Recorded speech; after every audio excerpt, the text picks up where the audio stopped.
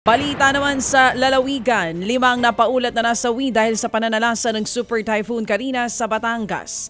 4 sa mga biktima, miyembro ng iisang pamilya na nasawi matapos matabunan ng landslide. Natutulog daw ang mga biktima nang mangyari ang pagguho. Bukod po dyan, patay rin ang isang lalaki na sakay ng tricycle matapos bumangga sa puno sa kasagsagan ng masamang panahon. Itinaas po naman ang state of calamity sa Cainta sa Rizal. Ayon po kay Mayor Elenito Nieto, minarapat nila ito para nga magkaroon ng pagkakataon na magamit ang calamity fund. Big Boy, ma-access.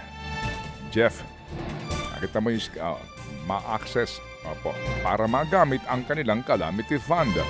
Nagagamitin nga daw para sa mga kababayan nilang nasalanta ng masamang panahon. Magpapatuloy pa rin po ang mga relief at rescue operations para nga sa mga taga-Cainta na naapektuhan ng matinding pagbabaha. Sa Rodriguez, Rizal, inanod ng rumaragasang baha ang ilang mga residente ng Barangay San Jose. Nakuhanan ng isang netizen ang malakas na agos ng kulay putik na baha sa kalsada. Maya-maya lamang makikita ang isang lalaking nakamotorsiklo o nakamotorcycle helmet at kapoting asul na tinangay ng rumaragasang tubig.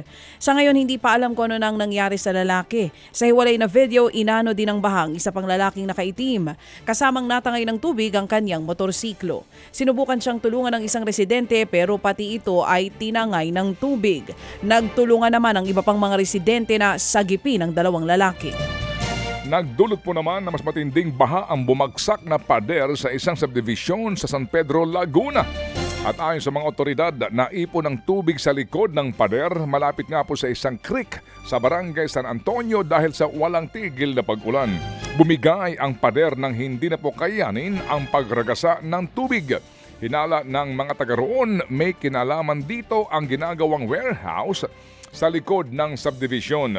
Ngayon daw po ay iniimbestigahan na ng kaukulang lokal na pamahalaan ang naturang ginagawang bodega. Nagbabala naman ng Pag-asa laban sa malakas na pag-ulan na mararanasan pa rin ngayong araw. Nakataas ang orange rainfall warning sa ilang lalawigan. Kabilang po dyan ang Zambales, Bataan, Tarlac, Pampanga, Nueva Ecija at Bulacan.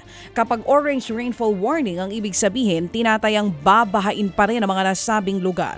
Kaya naman dapat maghanda na raw ang mga lokal na pamahalaan at mga residente. Ted Filon at DJ Chacha ngayon nasa Radyo 5 92.3 News FM Monday to Friday 6 to 10 a.m.